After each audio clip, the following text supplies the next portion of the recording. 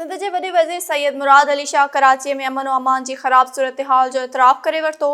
SS news जे reporter नबी बख्श ख़ासकैली ऐं शाहिद कुराई मूजिब वॾे वज़ीर सैयद मुराद अली शाह कराची में मलीर एक्सप्रेस वे, गुलिस्तान जोहर फ्लाईओवर ऐं जोहर अंडरपास जो मुआइनो कयो ऐं गुलिस्तान जोहर फ्लाईओवर खे 23 मार्च ताईं मुकमल करण जा हुकुम जारी कया।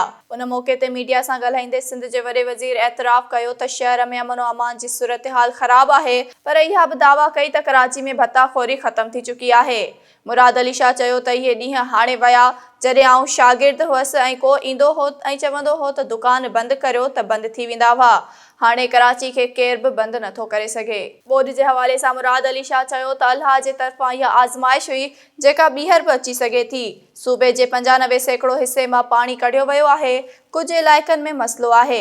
हिन चयो त वर्ल्ड बैंक बि पैसा ॾेई रही आहे ऐं सूबाई ऐं वफ़ाक़ी हुकूमतूं बि हिकु घर लाइ 3 लख रुपया ॾींदियूं। ॿोॾि मुतासिरनि लाइ 20 लख घर ठाहींदासीं ऐं खेनि अकेलो न छॾियो वेंदो। वॾे वज़ीर मुराद अली शाह दौरे दौरान मलीर एक्सप्रेस वे महमूदाबाद ते क्रिकेट पिणु खेॾी। एडमिनिस्ट्रेटर कराची डॉक्टर सैफुर रहमान सिंध जे वॾे वज़ीर सैयद मुराद अली शाह खे बॉलिंग कराई। सिंध जे वॾे वज़ीर सां गॾु माण्हुनि क्रिकेट जो मज़ो बि वरितो।